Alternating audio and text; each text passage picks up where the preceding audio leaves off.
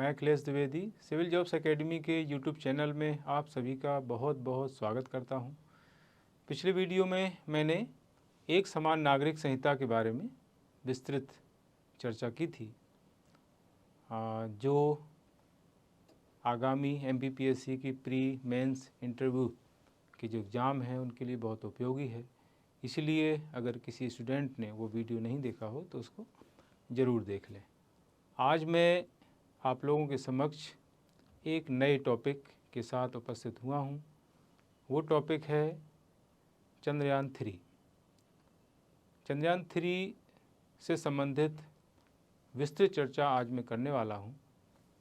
चंद्रयान 1 से लेकर के चंद्रयान 3 तक का जो सफ़र हमने तय किया है उसकी पूरी कहानी हम आज जानेंगे और चंद्रयान 3 की वर्तमान स्थिति क्या है और भविष्य क्या होगा, इस पर भी हम आज चर्चा करने वाले हैं। मैंने इस विषय पर चर्चा करने के लिए कुछ महत्वपूर्ण बिंदु यहाँ पर बताए हुए हैं। उन बिंदुओं के आधार पर आज मैं इस विषय पर चर्चा करूँगा। ये बिंदु हैं, इसकी पहले रूपरेखा में बता रहा हूँ आप लोगों को। तो उसमें सबसे पहले परिचय आता है, फिर लॉन्च करने वाला संगठन के बारे में हम जानेंगे, फिर लॉन्चिंग का समय, लॉन्चिंग का स्थान, लॉन्च करने वाला रॉकेट, इसके बारे में समझेंगे और फिर इस कार्य में जिन वैज्ञानिकों ने बहुत महत्वपूर्ण अपना योगदान दिया है उन वैज्ञानिकों के बारे में भी हम जान लेंगे। इसके बाद आगे मून मिशन का इतिहास, यानी कौन कौन से देश इस मिशन में सफल हुए हैं वैश्विक संदर्भ में और भारत के संदर्भ में। दो हिस्सों में इसको हम बांट करके पढ़ेंगे। तो वैश्विक संदर्भ में इसमें रसिया, USA, चाइना, ये जो है देश मून मिशन पर गए हैं। भारतीय संदर्भ में 3 मिशन रहे हैं हमारे, चंद्रयान 1, 2 और चंद्रयान 3, जिस पर हम बात करने वाले हैं। इसके बाद आगे है इसके उद्देश्य, चंद्रयान 3 के उद्देश्य के बारे में। चंद्रयान 3 की जो संरचना है यानी बनावट है उस पर हम बात करने वाले हैं।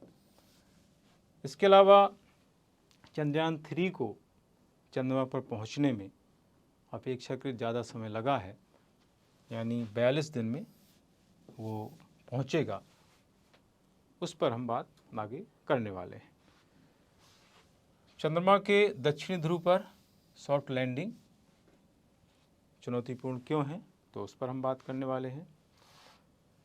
इसके अलावा इसकी लागत के बारे में भी बात करेंगे। चंद्रमा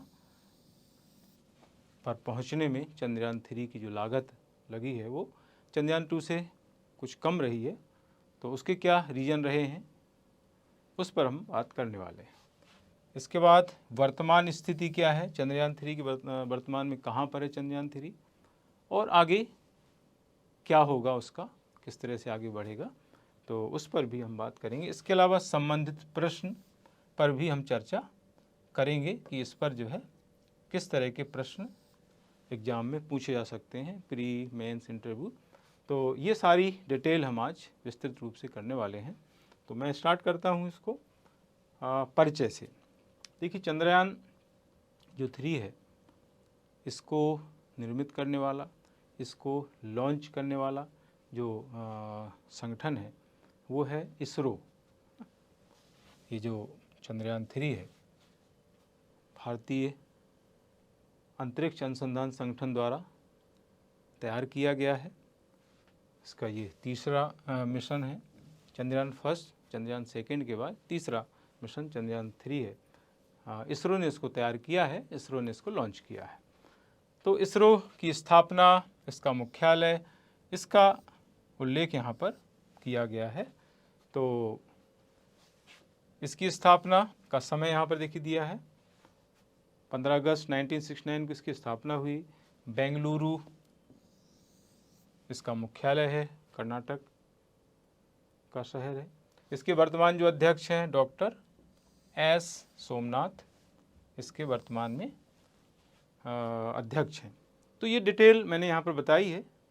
हालांकि आपका जो मेंस का तीसरा पेपर है साइंस एंड टेक्नोलॉजी, जो उसमें यूनिट है, तो उसमें ये पूरा आपको सिलेबस में दिया गया है। तो वहाँ पर बहुत डिटेल आपको पढ़ना है, वहाँ से क्वेश्चन भी एग्ज़ाम में पूछे जाते हैं। तो ये है। इसके आगे है ये जो चंद्रयान 3 है, ये चंद्रयान 2 का पूरक मिशन है।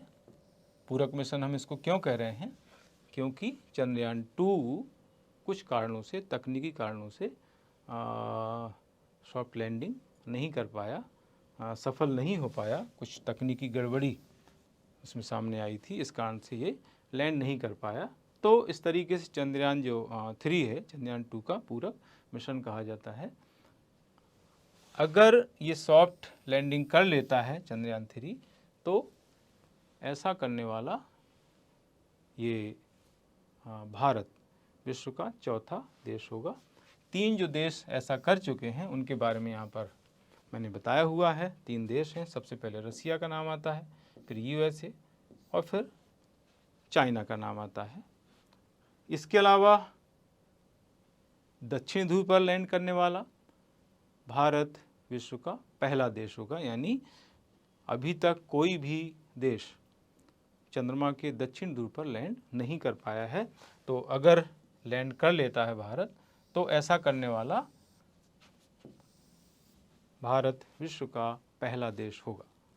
तो ये है इस तरीके से इसके परिचय के बारे में। इसके बाद इसकी लॉन्चिंग आप देख सकते हैं। लॉन्चिंग से संबंधित यहाँ पर मैंने कुछ चीज़ें बताई हुई हैं। लॉन्च करने वाला जो संगठन है वो इसरो है। इसरो के बारे में मैंने अभी बताया है इसकी जानकारी। लॉन्चिंग का जो समय है वो 14 जुलाई, बहुत महत्वपूर्ण डेट है, ऐतिहासिक समय है ये। 14 जुलाई 2023, समय है दोपहर 2:35 और दिन है शुक्रवार यानी फ्राइडे। तो ये जो भारत के लिए ऐतिहासिक क्षण रहा है, उस ऐतिहासिक क्षण को आप इस वीडियो के माध्यम से देख सकते हैं। 8, 7, 6, 5, 4, 3, 2, 1, 0 plus 5 seconds. Lift off normal. P1 Here tracking. we have a majestic liftoff of LVM-3 M4 rocket carrying India's prestigious Chandrayaan 3 spacecraft. P2 tracking. प्रज्वलन और सफलतापूर्ण उत्थापन LVM-3 M4 रॉकेट का। यह भीमकाय रॉकेट आसमान को चीरते हुए अपनी भयानक दहाड़ से चारों ओर कंपन उत्पन्न कर रहा है, जिसे हम यहाँ महसूस कर सकते हैं। और यही दहाड़ है जो वैज्ञानिकों को रोमांचित करती है। S200 motors thrusting simultaneously, generating a peak thrust of close to 6,000 kilonewtons in vacuum. हाँ, तो जैसा आपने देखा कि किस तरीके से चंद्रयान 3 लॉन्च किया गया। लॉन्चिंग का जो स्थान था वो था सतीश धवन अंतरिक्ष केंद्र, श्रीहरिकोटा, आंध्र प्रदेश में पड़ता है ये। लॉन्च करने वाला रॉकेट जो था LVM-3 जो है, इस रॉकेट से इस चंद्रयान 3 को लॉन्च किया गया। LVM जो 3 है, लॉन्च व्हीकल मार्क, इसका फुल फॉर्म है लॉन्च व्हीकल मार्क 3। इसको बाहुबली रॉकेट कहा जाता है, कहा गया है क्योंकि ये अब तक का भारत का इस श्रेणी का सबसे बड़ा और सबसे भारी रॉकेट इसको कहा जाता है। इसका भार 6,40,000 किलोग्राम है। इसके अलावा ये जो है, जो GSLV जो रॉकेट था उसका अपडेटेड वर्जन है और इसकी जो पेलोड क्षमता है उससे कहीं ज़्यादा है। ठीक है, तो इससे जो है इसको लॉन्च किया गया है चंद्रयान 3 को। इसके बाद हम देखते हैं कौन कौन से वैज्ञानिक रहे हैं इस कार्य को सफल बनाने में। उसमें इस मिशन के director doctor S Mohana Kumar ना, ये इसके निदेशक थे, डायरेक्टर थे। मिशन के परियोजना निदेशक थे पी वीरा मुथवल। इसका नेतृत्व करने वाली वैज्ञानिक थी ऋतु करिधाल श्रीवास्तव। इनको भारत में रॉकेट वुमेन के नाम से जाना जाता है, रॉकेट वुमेन ऑफ इंडिया के नाम से इनको जाना जाता है। तो ये हैं वैज्ञानिक जो इस कार्य में उन्होंने महत्वपूर्ण योगदान दिया है। अब हम बात करते हैं मून मिशन का इतिहास। वैश्विक संदर्भ में इसके इतिहास के बारे में सबसे पहले पूर्व सोवियत संघ का नाम आता है। इस कार्य में सबसे पहला जो देश रहा है वो रहा है पूर्व सोवियत संघ यानी आधुनिक रूस, जिसने अपना यान चंद्रमा की सतह पर उतारा और वो है लूना सेकेंड। उसका समय अगर हम देखें तो 14 सितंबर 1959 का समय रहा है। हालांकि लूना फर्स्ट इसके पहले गया था, जनवरी 1959 को लूना फर्स्ट भी गया था, सोवियत संघ ने भेजा था, लेकिन वो सतह पर नहीं उतर पाया, चंद्रमा के करीब तक पहुंच गया था। तो चंद्रमा की सतह पर जो उतारा गया अंतरिक्ष यान है वो पहला है लूना फर्स्ट। तो ये पहला अंतरिक्ष यान माना जाता है विश्व का जो चंद्रमा की सतह पर उतरा था, लैंड किया था, और ये मानव रहित अंतरिक्ष यान माना जाता है। इसके आगे है अमेरिका का मून मिशन। अमेरिका का सर्वेयर प्रोग्राम जो है इसके लिए जाना जाता है। 1966 से 68 के बीच में ये प्रोग्राम चला है। इसके तहत यूएसए ने चंद्रमा की सतह पर 7 रोबोटिक अंतरिक्ष यान भेजे थे और उनको चंद्रमा पर उतारा था, सॉफ्ट लैंडिंग उनकी कराई थी। इसके बाद अमेरिका का अपोलो मिशन बहुत महत्वपूर्ण माना जाता है। अपोलो मिशन जो है 1968 का है, जिसने मानव को भेजा था, मानव युक्त मिशन ये माना जाता है। इसके अलावा चंद्रमा की सतह पर कदम रखने वाले पहले जो व्यक्ति माने जाते हैं वो नील आर्मस्ट्रांग तथा बज एल्ड्रिन माने जाते हैं। इम्पॉर्टेंट बात यह है कि अमेरिका एकमात्र ऐसा देश है जिसने चंद्रमा पर मानव को भेजा है। रसिया अभी तक जो है ऐसा नहीं कर पाया। हालांकि रसिया अंतरिक्ष में किसी जीव को, व्यक्ति को भेजने वाला पहला देश माना जाता है ना। तो चंद्रमा पर कदम रखने वाले जो पहले व्यक्ति थे नील आर्मस्ट्रांग थे, वो अपोलो 11 अंतरिक्ष यान से गए थे। समय 20 जुलाई 1969 का माना जाता है। अंतरिक्ष एजेंसी थी नासा जिसने जो है ऐसा किया था। नील आर्मस्ट्रांग ने जब चंद्रमा पर कदम रखा था तो उन्होंने एक स्टेटमेंट दिया था कि वैसे तो यह एक छोटा सा कदम है लेकिन मानव सभ्यता के लिए एक बहुत बड़ी छलांग है। इस तरह का स्टेटमेंट जो है उस समय नील आर्मस्ट्रांग ने दिया था जब उन्होंने चंद्रमा पर कदम पहली बार रखा था। इसके बाद आगे चीन तीसरा देश माना जाता है जिसने अपना अंतरिक्ष यान चंद्रमा पर भेजा और वो मिशन था चीन का चांग E2 मिशन। और 2010 में जो है चीन ने ये मिशन भेजा था चंद्रमा पर। और अभी चीन ने घोषणा की है कि जो है वो 2030 तक मानव को चंद्रमा पर भेजेगा। ये जो है एक बड़ी घोषणा चीन द्वारा की गई है कि 2030 तक जो है वो व्यक्ति को चंद्रमा पर भेजेगा। तो इस तरह की ये चाइना की मून मिशन के बारे में है। इसके बाद भारत का जो मून मिशन है, 3 मिशन भारत के हैं चंद्रमा पर। चंद्रयान फर्स्ट को कब भेजा गया, किसके द्वारा भेजा गया, तो यहाँ पर देखो लिखा हुआ है PSLV C11 द्वारा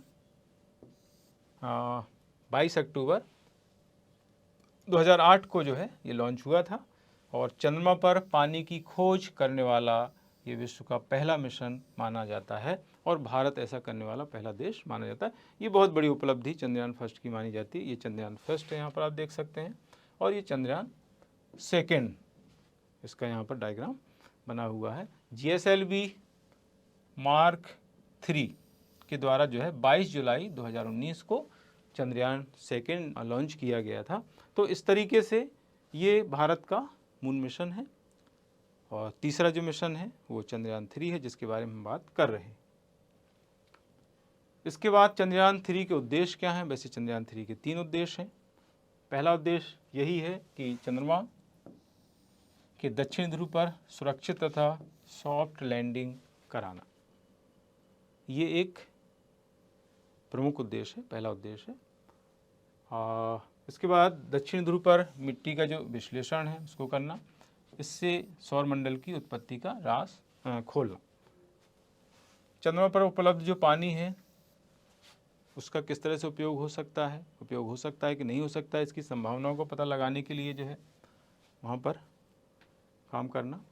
चंद्रमा पर उपलब्ध जो खनिज और रासायनिक पदार्थ हैं उनका पता लगाना, कौन कौन से खनिज हैं, कौन कौन से रासायनिक पदार्थ हैं, उनके बारे में पता लगाना, ये एक उसका पर्पज है। चंद्रमा पर मानव को बसाने की संभावनाओं के बारे में पता लगाना। पृथ्वी पर चंद्रमा की तस्वीर भेजना, चंद्रमा की संरचना को बेहतर ढंग से समझना, चंद्रमा पर रोवर की विचरण क्षमताओं का अवलोकन तथा प्रदर्शन करना, और लास्ट है चंद्रमा पर वैज्ञानिक परीक्षण करना।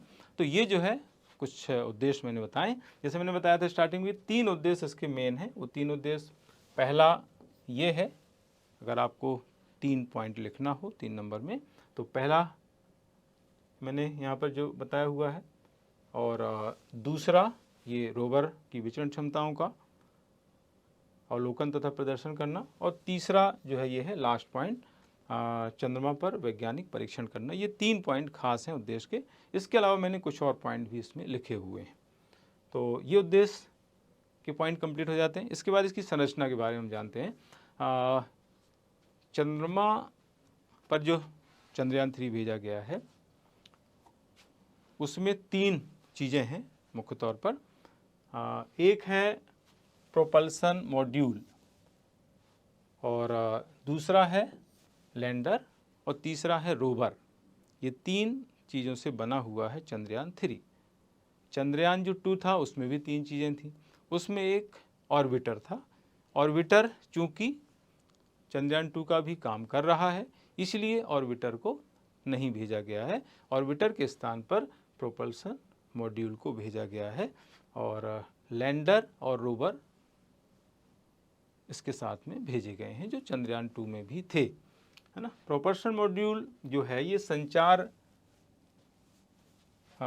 रिले उपग्रह की तरह कार्य करेगा और इसको जो है आगे की ओर ढकेलेगा। यानी कहने का मतलब ये है कि प्रोपल्सन मॉड्यूल का जो काम है वो ये है कि जो चंद्रयान 3 है, चंद्रयान 3 यानी लैंडर रोवर, इनको जो है चंद्रमा की नज़दीकी कक्षा तक भेज देगा, है ना। ये इसका मेन काम है, और उससे लगातार संपर्क में रहेगा और उससे संबंधित जो सिग्नल है, जानकारी है, वो भेजता रहेगा। लैंडर, इसका नाम विक्रम पहले भी था, चंद्रयान 2 के समय भी था, और अभी भी इसका नाम विक्रम है। लैंडर ये चंद्रमा पर लैंड करेगा, इसलिए इसका नाम जो है लैंडर रखा गया है। इसमें 4 उपकरण लगे हुए हैं, चेस्ट, रंभा, इल्सा और LRA।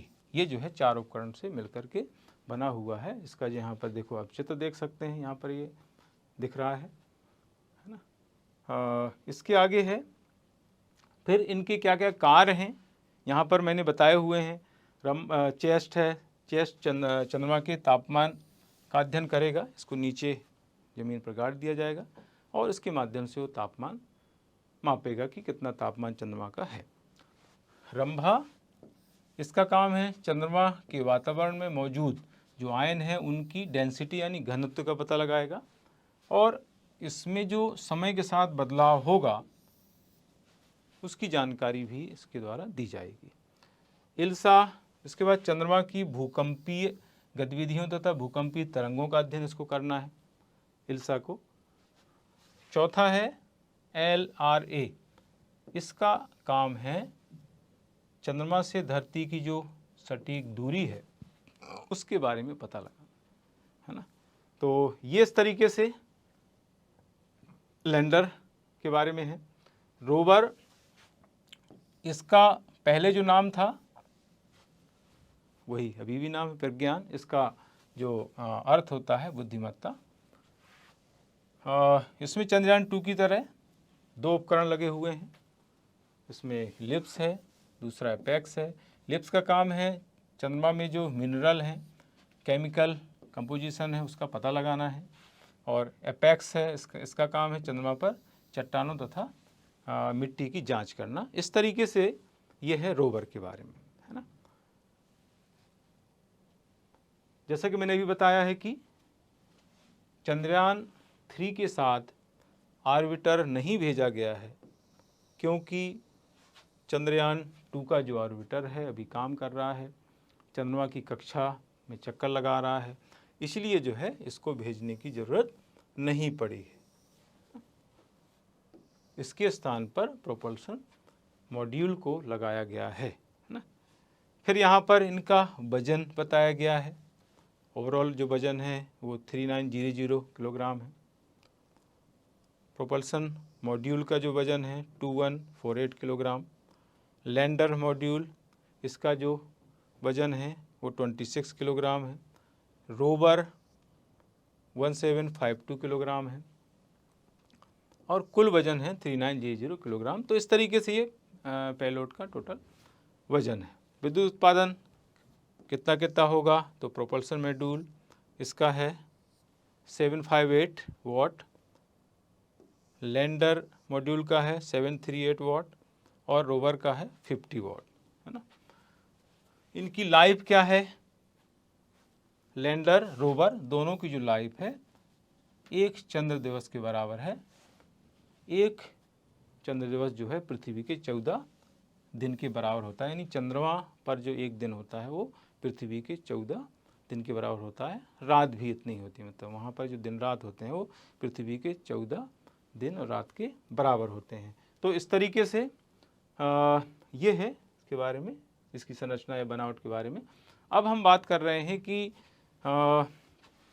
चंद्रयान को चंद्रमा पर पहुंचने में अन्य देशों की अपेक्षा ज़्यादा समय लग रहा है, उसका क्या कारण है ना। चंद्रयान 3 जो है चंद्रमा पर 23-24 अगस्त 2023 को लैंड करेगा, ऐसा इसरो का कहना है, ऐसी संभावना है। कहने का मतलब ये हुआ कि लगभग इसको पहुंचने में 40 से 42 दिन का समय लगेगा, जबकि अन्य देशों को समय कम लगा है। तो इस पर हम यहाँ पर चर्चा कर रहे हैं। देखिए यहाँ पर समय सबका लिखा हुआ है, जो जो देश चंद्रमा पर गए हैं, जिनका अंतरिक्षयान चंद्रमा पर गया है ना, उनका समय यहाँ पर मैंने लिखा हुआ है। सबसे कम समय रूस को लगा है, 36 घंटे में गया है। USA को 4 दिन का समय लगा है, चाइना को 4.5 दिन का समय लगा है और भारत को समय लगेगा 40 से 42 दिन। उसके रीजन क्या है, देखिए यहाँ पर रीजन मैंने बताए हुए हैं। समय ज़्यादा लगने का एक बड़ा रीजन है रॉकेट का अपेक्षाकृत कम भारी होना, है ना। हालांकि जो LVM रॉकेट, LVM-3 जो रॉकेट है वो अभी तक का सबसे भारी है, लेकिन हमारे यहाँ पर इससे भारी अभी तक रॉकेट नहीं बने हैं। तो ये कारण है। रॉकेट भारी होने से प्रॉब्लम क्या होती है, ईंधन ज़्यादा लगता है। ईंधन ज़्यादा लगेगा तो खर्च भी ज़्यादा आएगा। तो इसरो का जो ये मिशन है ये किफ़ायती मिशन है। इसरो ने कम खर्चे में ये मिशन लॉन्च किया है, तो इसलिए हल्का इसने जो है रॉकेट यहाँ पर यूज किया है ना। रॉकेट हल्का होने के कारण जो है ईंधन कम लगेगा, जैसा मैंने बताया। और ईंधन कम अगर लगता है तो इसमें खर्च भी कम आता है। इसका जो टोटल खर्च आ रहा है वो 615 करोड़ रुपए का खर्च जो है इसका आ रहा है चंद्रयान 3 का। जबकि आप अगर यूएसए का खर्च देखेंगे तो ये है $25 बिलियन, वर्तमान में अगर कहें तो 257 बिलियन डॉलर या अरब डॉलर वर्तमान में इसको माना जाएगा। और एक और कारण है, चंद्रमा पर जो चंद्रयान 3 है वो सीधा ना जाके चक्रीय रास्ते से जा रहा है। इसका मतलब यहाँ पर ये है कि हम इसको सीधे नहीं भेज रहे हैं, हम क्या कर रहे हैं कि पृथ्वी की कक्षा तक इसको पहुँचा रहे हैं, फिर पृथ्वी कक्षा के सहारे जो है ये चंद्रमा तक जाएगा। तो अगर सीधे हम भेजते तो हमें खर्च ज़्यादा आता। तो इस तरीके से जो है ये रीजन आप इसको समझ सकते हैं, समय ज़्यादा लगने की। इसके बाद आगे है दक्षिण ध्रुव पर सॉफ्ट लैंडिंग जो की जा रही है चंद्रयान 3 की, वो समय मैंने बताया हुआ है 23-24 अगस्त 2023 को सॉफ्ट लैंडिंग करेगा। और ऐसा करने वाला, दक्षिण ध्रुव पर सॉफ्ट लैंडिंग करने वाला भारत पहला देश होगा, ये भी मैंने पीछे बताया हुआ है।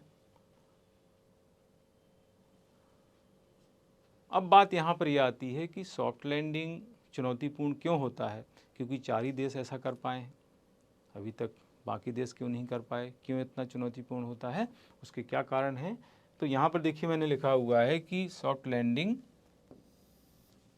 41 मामले हैं, लेकिन अभी तक 21 ही सफल हुए हैं। 41 में से 21 यानी इस कार्य में सफल हुए हैं। तो आप सोच सकते हैं कि कितना कठिन होता है सॉफ्ट लैंडिंग करना। तो उसके कारण यहाँ पर लिखे हुए हैं, ये ऐसा क्षेत्र है जहाँ पर सूर्य की रोशनी नहीं पहुँच पाती है, इसलिए वहाँ पर अंधेरा रहता है। अंधेरा रहने की वजह से जो है दिक्कत आती है सॉफ्ट लैंडिंग में। चूँकि सूर्य की रोशनी नहीं पहुँचती है, इसलिए तापमान भी वहाँ पर बहुत कम रहता है। ये तापमान आप देख सकते हैं 0 से -235 डिग्री सेंटीग्रेड का तापमान यहाँ पर रहता है। यहाँ पर गड्ढे ज़्यादा हैं, तो इस वजह से भी सॉफ्ट लैंडिंग में प्रॉब्लम आती है। तो ये रीजन मैंने कुछ यहाँ पर बताए हैं सॉफ्ट लैंडिंग के। अब यहाँ पर एक और प्रश्न उठता है कि चंद्रयान जो 3 है वो किफ़ायती है, ये मिशन काफ़ी किफ़ायती है। चंद्रयान 2 से भी जो है इसमें कम खर्च आ रहा है। तो ऐसा क्यों हुआ है, इसकी वजह क्या है, तो आप यहाँ पर देख सकते हैं चंद्रयान 2 की जो लागत है वो 970 करोड़ रुपए, जबकि चंद्रयान 3 की लागत मात्र 615 करोड़ रुपए रही है। तो इसके रीजन भी यहाँ पर मैंने बताए हुए आप देख सकते हैं। चंद्रयान 3 के साथ ऑर्बिटर नहीं भेजा गया है, उसका कारण ये है कि चंद्रयान 2 का ऑर्बिटर अभी तक काम कर रहा है और वो चंद्रमा की कक्ष में चक्कर लगा रहा है, इसलिए जो है उसको भेजने की ज़रूरत नहीं हुई। तो एक खर्च बच गया, ऑर्बिटर को भेजते तो खर्च ज़्यादा आता। तो ये एक बड़ा कारण इसका माना जा रहा है। इसके अलावा चंद्रयान 1, चंद्रयान 2 को हम पहले भेज चुके हैं, हालांकि चंद्रयान 2 सफल नहीं रहा, लेकिन भेजने का अनुभव हमारे पास है। तो ये भी एक बड़ा रीजन इसका माना जा रहा है कि 2 मिशन हम इसके पहले भेज चुके हैं। और पहला मैंने कारण बताया है कि ऑर्बिटर हमने चंद्रयान 3 के साथ नहीं भेजा है, चंद्रयान 2 का ऑर्बिटर अभी तक काम कर रहा है ना। इसके अलावा इसरो के वैज्ञानिकों का ऐसा कहना है कि बहुत सारा काम जो है इन हाउस होता है, यानी हम खुद ही करते हैं, बाहर से जो है हमें बहुत सारी चीज़ें बुलाने की ज़रूरत नहीं है। इतनी तकनीक विकसित हो गई है भारत की कि हम जो है खुद ही बहुत सारी चीज़ें यहीं पर कर लेते हैं स्वदेशी तकनीक के आधार पर, इसलिए जो है खर्च काफ़ी अब कम आ रहा है। तो ये रीज़न इसके बताए जाते हैं। अब हम बात कर रहे हैं कि वर्तमान में चंद्रयान 3 कहाँ पर है, कहाँ तक पहुँच गया है और आगे उसकी स्थिति क्या रहेगी, है ना। तो उस पर हम यहाँ पर बात करने वाले हैं। देखिए, इसरो का ऐसा कहना है कि चंद्रयान 3 है अपने समय पर चल रहा है। जो भी पहले भविष्यवाणी की गई थी उस भविष्यवाणी के आधार पर ही जो है चंद्रयान 3 चल रहा है और उसके जो सारे उपकरण हैं वो प्रॉपर तरीके से काम कर रहे। इसमें इसरो का कहना है कि मिशन को कुल 5 कक्षाएं बदलनी है। उसमें कक्षा बदलने की तीसरी जो प्रक्रिया है, कक्षा बदलने की जो प्रक्रिया कही जाती है, अर्थ बाउंड ऑर्बिट मैन्योर उसको कहा जाता है ना। तो ये तीसरी जो प्रक्रिया है वो 18 जुलाई को सफलतापूर्वक संपन्न हो गई है। ये जो है इसरो ने ऐसा बताया है। इसके बाद चौथी प्रक्रिया 20 जुलाई 2023 को संपन्न हो गई है। पांचवी प्रक्रिया भी कक्षा बदलने की अंतिम प्रक्रिया संपन्न हो गई है। उसका समय है 25 जुलाई 2023 को। यानी पांचों जो प्रक्रियाएं हैं कक्षा बदलने की वो सफलतापूर्वक संपन्न हो चुकी हैं, इसरो का ऐसा कहना है। अब जो चंद्रयान 3 है वो पृथ्वी और चंद्रमा के बीच में चल रहा है। उसको कहते हैं हाईवे, यानी अब हाईवे में चल रहा है। और आगे अब 5 अगस्त 2023 को चंद्रमा जो चंद्रयान 3 है चंद्रमा की कक्षा में प्रवेश करेगा, है ना। आप आगे देख सकते हैं ये चंद्रमा की कक्षा से जो है चंद्रयान निकल गया है और इधर बीच में चल रहा है अभी, है ना। ये पृथ्वी की कक्षाएं हैं और ये इधर चंद्रमा है। इन दोनों के बीच में जो है चंद्रयान 3 जो है अभी चल रहा है। तो 5 अगस्त को जो है यहाँ पर जो है पहुँच जाएगा और आगे फिर जो है चंद्रमा पर लैंड करेगा, ठीक है। तो ये स्थिति है इस तरीके से। इसके बाद संबंधित प्रश्न क्या क्या बन सकते हैं एमपीपीएससी प्री मेंस के अंतर्गत 3 मार्कर्स 5 मार्कर्स 11 मार्कर्स में मेंस में, तो उसको यहाँ पर मैंने दर्शाया हुआ है। तो उसमें पहला क्वेश्चन मैंने यहाँ पर लिखा है चंद्रयान 3 मिशन के निर्देशक। ये क्वेश्चन एक बार पूछा गया था। चंद्रयान फर्स्ट जो मिशन था उसके निर्देशक एक बार प्री में पूछे गए हैं। इसके बाद भारत की रॉकेट वुमेन, इसके बारे में मैंने बताया आप लोगों को। चंद्रयान 3 मिशन के जो वैज्ञानिक रहे हैं जिस पर हमने चर्चा की है। चंद्रयान 3 को लॉन्च करने वाला रॉकेट, इसके बारे में मैंने डिटेल में बताया है। लॉन्च करने का समय स्थान ये भी हो गया है। कुल खर्च कितना आया इसके बारे में भी चर्चा हुई है। चंद्रयान फर्स्ट चंद्रयान सेकेंड के बारे में भी एग्जाम में क्वेश्चन पूछा जा सकता है। इसके उद्देश्य इस पर हमने चर्चा की है। चंद्रयान 3 की चंद्रमा के दक्षिण ध्रुव में सॉफ्ट लैंडिंग, इसके बारे में, इसकी संरचना के बारे में हमने बात की है। चंद्रमा पर लैंडिंग के मामले में भारत की विश्व में स्थिति क्या है इसके बारे में बात की है। मून मिशन का इतिहास वैश्विक संदर्भ में, भारतीय संदर्भ में। चंद्रमा से रिलेटेड अन्य जानकारी भी आपको एग्जाम में पूछी जा सकती है, जैसे पृथ्वी और चंद्रमा के बीच की दूरी पूछ सकता है ना। 3,84,000 किलोमीटर दूरी है और पृथ्वी तक चंद्रमा के प्रकाश को आने में समय कितना लगता है, तो 1.3 सेकेंड लगता है ना।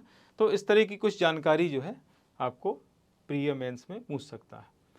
इसके बाद 11 मार्क्स में एक क्वेश्चन बन सकता है, इसरो का परिचय दीजिए तथा चंद्रयान 3 के लॉन्चिंग के संदर्भ में इसकी उपलब्धियों का मूल्यांकन कीजिए। ये 11 मार्क्स में क्वेश्चन पूछ सकता है। ये जो थर्ड पेपर है मेंस में, थर्ड पेपर के अंतर्गत इसको पूछा जा सकता है। चंद्रयान 3 पर टिप्पणी लिखिए, ये भी क्वेश्चन 11 नंबर में बन सकता है। समसामयिक निबंध पर भी जो है क्वेश्चन पूछा जा सकता है और ये निबंध इस तरह से बन सकता है, चंद्रयान 3 मिशन भारत के अंतरिक्ष की ओर बढ़ते कदम। तो इस तरीके से निबंध भी इसका आगामी मेंस एग्जाम में पूछा जा सकता है। तो इस तरीके से ये टॉपिक आप लोगों का पूरा हो जाता है। आगे मैं इस तरह के और महत्वपूर्ण टॉपिक लेकर के आऊँगा।